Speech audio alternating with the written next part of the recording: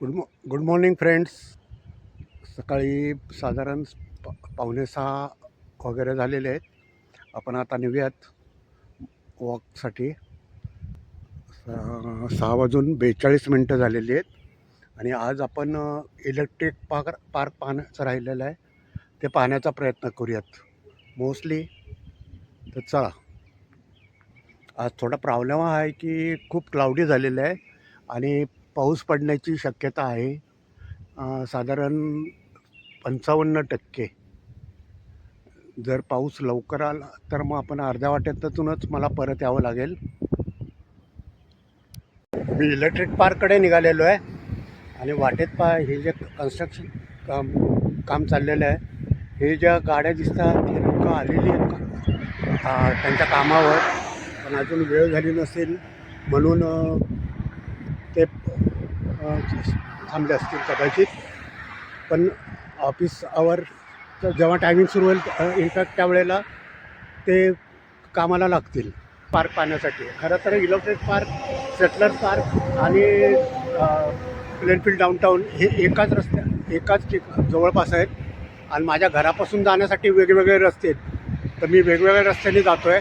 आज आता हा वेगळ्या रस्त्याने चाललो आहे परत. मी इलेक्ट्रिक पाहण्यासाठी सरळ असं या रस्त्याने जातो आहे. गेले 2 दिवस दुसऱ्या रस्त्याने जात होतो. मी म्हटलं ना तुम्हाला की मी दररोज वेगवेगळ्या रस्त्याने जातो आहे. मित्रांनो, मी आज लिटरली पहिल्यांदाच ह्या रस्त्याने जातो आहे. मला हा रस्ता माहितीसुद्धा नव्हता. खरं तर इलेक्ट्रिक पार्कला जाण्यासाठी बरेच वेगवेगळे रस्ते आहेत. तर मी आज हा नवीन रस्ता निवडलेला आहे. मी ह्या रस्त्याने आलो नव्हतो. आता इलेक्ट्रिक पार्क आता थोडंसंच अंतर राहिलेलं आहे. रस्त्याने मी सरळ गेलो की मला आता वॉलिंग स्ट्रीटवरनं मी पलीकडे पार्क स्ट्रीटच्या रस्त्याला लागलो आहे आणि तिथून मग वॅन डायके रस्ता लागेल मला आणि मग मी जवळपास इलेक्ट्रिक पार्कच्या पोहोचेल. इनफॅक्ट हे पार्कसुद्धा छान आहे. आतमध्ये फिरावं लागेल म्हणून मी दाखवत नाही आहे. आपण अगोदर इलेक्ट्रिक पार्कला जाऊयात. चला. अर्थात माझी धन्नो माझ्यासोबत आहेच. खरं तर नवीन रस्त्याने मी आलो आहे. मला फार जवळचा वाटला हा. इनफॅक्ट ह्या ते समोर जो दिसतो आहे तो वॉलिन स्ट्रीट आणि वॅन डायके रोड. जे समोर आहे ते रेल्वे म्युझियम. आपण एक व्हिडिओ केला त्याच्यावर. इकडे प्लेनफील्डचं पोस्ट ऑफिस आणि मी मागच्या बाजूला आहे. थोडं लवकर पोचलो आहे असं मला वाटायला लागलं आहे. एनिवे, आता आपण पार्कला जाऊयात. आपल्याला इलेक्ट्रिक पार्क म्हणजे याच्या पलीकडे जावं लागणार आहे, हा मेन रोड सोडून पलीकडे. चला जाऊयात. हा मी इलेक्ट्रिक पार्कजवळ समोरचा जो रस्ता दिसतो आहे तो लॉकपोर्ट स्ट्रीट. आपण या रस्त्याने गेलो होतो. प्लेनफील्ड डाऊनटाऊन वगैरे जे होतं ते त्याने पाहिलेलं आहे. आणि आपल्याला जे इलेक्ट्रिक पार्क पाहायचं आहे तर त्या इलेक्ट्रिक पार्कजवळ मी आता आलेलो आहे. समोर आता इलेक्ट्रिक पार्कजवळच मी थांबणार आहे तिकडे. इनफॅक्ट इकडे का जायचं ते मी तुम्हाला तिकडे गेल्यानंतर सांगतो. मित्रांनो, मी आता इलेक्ट्रिक पार्कमध्ये आलेलो आहे. हे समोर आहे ते आपल्याला इलेक्ट्रिक पार्क इकडे. आणि इथे सायकल, स्कूटर किंवा व्हेकल चालवायला अलाउड नाही आहे. मुख्य म्हणजे इथे एंट्री फी वगैरे काही नाही आहे. हे आता इलेक्ट्रिक पार्क ह्या जागेला नाव का दिलं हे नाही मला माहीत. असं वाटतं जेणेकरून की लोड शेडिंग वगैरे होतं की काय म्हणून त्यांनी प्रोव्हिजन केले काय, तसं काही नाही आहे. हे एक केवळ फिरण्याचं, व्यायाम करण्याचं, फॅमिलीसोबत एन्जॉय करण्याचं ठिकाण आहे. हे जे रस्ते आहेत ह्या जे रस्ते आहेत त्या रस्त्यांवरनं आपण दूरपर्यंत जाऊ शकतो. तिथे काही स्कल्पचर्स आहेत, काही फाउंटन्स आहेत. ते साधारण आपण पाहण्याचा प्रयत्न करू. आणि ही समोर जे दिसते ना, हे ही इकडे हे जे मी बोर्ड दाखवतो आहे ती डुपेज नदी आहे. आणि आपण थोडंसं हिस्ट्री जाणून घेण्याचा प्रयत्न करूया. The history of electric park. आता आपण ह्याचा जर व्हॉल्यूम पाहिला तर आत्ता मी इथे उभा आहे आणि हे सर्व मी आत्ता इथे उभा आहे आणि हे जे सर्व स्पॉट दिसतात ना तिथे काय काय आहे ते सांगतो. उदाहरणार्थ आता हा 14 नंबरचा, ह्या 14 नंबरला काय म्हटलेलं आहे इथे, the 12,000 square foot auditorium was popular entertainment destination in the late 1930. म्हणजे 1930 सालीच it was converted to a roller skating park. आता हा 1 नंबरचा ब्रिज, आता हा लॉकपोर्ट म्हणजे ह्या रस्त्याने आपण आता पायी जातो आहे, पण 1930मध्ये जेव्हा केला होता तेव्हा to access electric park a second bridge was built across the DuPage river to accommodate street car rail which connected Joliet and Aurora. म्हणजे मी तुम्हाला दाखवतो पहा हा ब्रिज. ह्या ब्रिजवरून जोलेट आणि अरोराला जाऊ शकत होतो असा हा रेल्वे ब्रिज होता. आणि रेल्वे ब्रिज तर कुठे म्हटलं तर रेल्वे कुठे म्हटलं किंवा स्टेशन कुठे म्हटलं तर लगेच आपण ह्याच फ्रेममध्ये पाहू शकतो. पहा हे मी तुम्हाला दाखवतो आहे ते थोडंसं हे समोर जे दिसतं आहे ना लाल कलरचं, त्याचा आपण व्हिडिओ बनवलेला आहे. ते प्लेनफील्ड रेल्वे स्टेशन आहे ते. म्हणजे थोडक्यात पहा मी एकाच स्लाईडमध्ये कसं दाखवतो आहे की रेल्वे प्लेनफील्ड रेल्वे स्टेशन आणि मी इथे उभा आहे. किंवा 3 नंबरला पहा इथे ही डुपेज रिव्हर आहे. आणि ह्या 3 नंबरला साधारण 1930च्या दरम्यान काय होतं तर on the east side of the river the Marilee paddle boat provided patrons a scene tour along the DuPage river. म्हणजे हे समोर जे दिसतं आहे तिथे कुठे नदीच्या पलीकडे तिथे हे पॅडल बोटिंग वगैरे करू शकत होते. आता हे मी वाचतो आहे प्लेनफील्ड रिव्हरफ्रंट. हे रिव्हरफ्रंट म्हटलं की थोडं आश्चर्य वाटतं, कारण मी आपल्या पुण्यामध्ये मुळामुठा रिव्हरचे जे रिव्हरफ्रंट चालू आहे ते पाहण्याचा प्रयत्न करतो. त्याच्यावर माझे जवळजवळ 20-25 व्हिडिओ झालेले आहेत. आणि ते रिव्हरफ्रंट आणि आपलं हे रिव्हरफ्रंट, खरं तर मला आपलं आणि त्यांचं असं तुलना नाही करायची, पण मी रिव्हरफ्रंटचे व्हिडिओ बनवतो आणि हा रिव्हरफ्रंट शब्द वाचला म्हणून केवळ मला वाटलं. आता आपण केवळ हे 10 नंबर म्हणजे glider swing were popular at the park एक पाहूयात. त्यानंतर 11 नंबरमध्ये dance hall was open the community on Tuesday and Thursday evening while Saturday night were reserve for campus.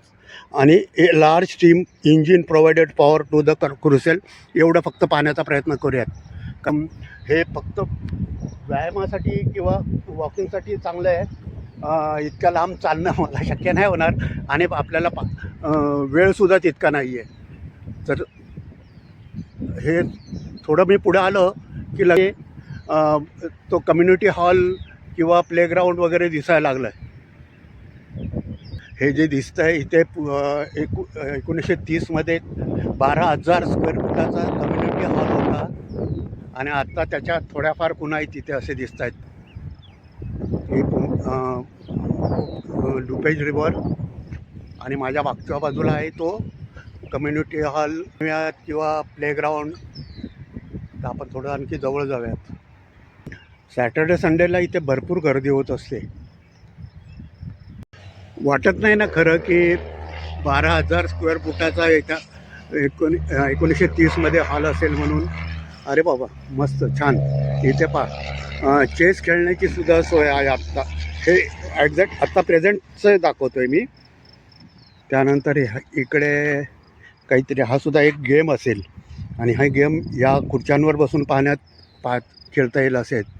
आता समोर एक नदीचं विहंगमय दृश्य पाहण्यासाठी बसण्याची सोय आहे, तिकडे जाऊयात. बरेचसे लोक व्यायामाला इथे येत असतात. काही मला समोर दिसत आहेत चालताना, वॉक करताना. इनफॅक्ट समोरून अशी रेल्वे लाईनसुद्धा दिसते, पण आत्ता ही सध्या वापरात आहे. केवळ मालवाहतूक करण्यासाठीच वापरतात.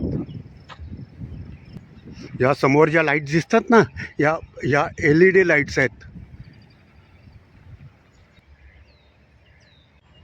आपण आता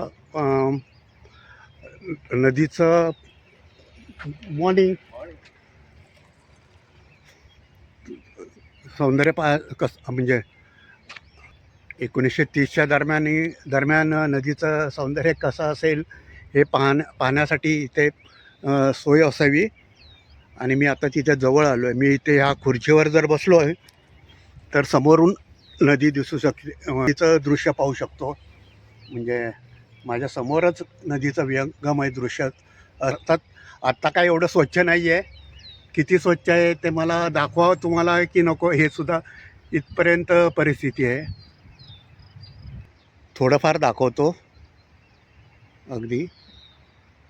आणि ही अशी पुढे लांब गेलेली आहे. मी परवा आपण मागच्या व्हिडिओमध्ये जर मी म्हटलं असेल तुम्हाला की डुपेज नदी मला बऱ्याच वेळा दिसते, तीच ही नदी इकडे आहे. मी वेगळ्या कोपऱ्यावर आलेलो आहे. ही माझ्या मागे दिसेल डुपेज नदी. अर्थात काय मला काय वाईट आहे म्हणून दाखवायचं असं काही नाही आहे मित्रांनो.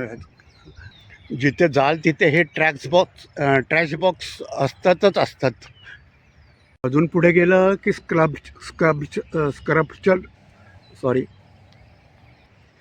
स्क्रबचल्स आणि फाउंटन वगैरे असावं. स्क्रबचल्स आहे मला माहिती नक्की, पण फाउंटन वगैरे आहे की नाही माहिती नाही. पण फार दूर जावं लागेल. आता माझा व्हिडिओ बराच मोठा होत चालला आहे. स्क्रबचल्स पुढे असतील, पण फाउंटन इथे असावं. हे पहा, हे मी केवळ अंदाज बांधतो आहे, मला माहिती नाही आहे. ए आयमध्ये मी विचारलं होतं इथे फाउंटन आहे, तर ए आयमध्ये सुद्धा मला सांगितलं की आत्ता तिथे फाउंटन वगैरे काही नाही आहे. मोस्टली इथे संध्याकाळी फिरायला सनसेटच्या वेळेलाच येत आहेत. आणि आज काय झालं आहे की आज खूप क्लाउडी वातावरण आहे. आणि इनफॅक्ट आपण सकाळी आलो आहे आणि आज मुख्य म्हणजे पाऊस पडण्याची पॉसिबिलिटी आहे. थोडा थोडा अगदी थेंब थेंब पाऊससुद्धा पडायला लागलेला आहे. पण क्लाउडी किती आहे ते तुम्हाला समोरून दिसत असेल. मी कॅमेरा व्हिडिओ तिकडे कळव सूर्योदय झालेला आहे. आणि आता आपण हा व्हिडिओ इथे बंद करूयात. लिटरली थोडा थोडा पाऊसही पडायला लागला आहे. पावसाचं प्रमाण वाढायला लागलं आहे. तर कारण माझं घर इथून बरंचसं दूर आहे. त्यामुळे हा व्हिडिओ आपण इथेच बंद करूया. माझा चॅनल लाईक करा, चॅनल शेअर करा, चॅनल सबस्क्राईब करा. माझ्या चॅनलचं नाव आहे शरद शिंदे 1323. चॅनल एकदा सबस्क्राईब केला की परत करावं लागत नाही. एकदा सबस्क्राईब केला तर पुरे असतं. अजूनही आपल्याला भरपूर व्हिडिओ काढायचे आहेत. आपण अजून शिकागो डाऊनटाऊनमध्ये सुद्धा गेलेलो नाही आहे. पुन्हा एकदा शरद शिंदे 1323 यूट्यूब चॅनल माझं सबस्क्राईब करा, शेअर करा आणि शेअर आणि सबस्क्राईब करा. Thank you. God bless all of you.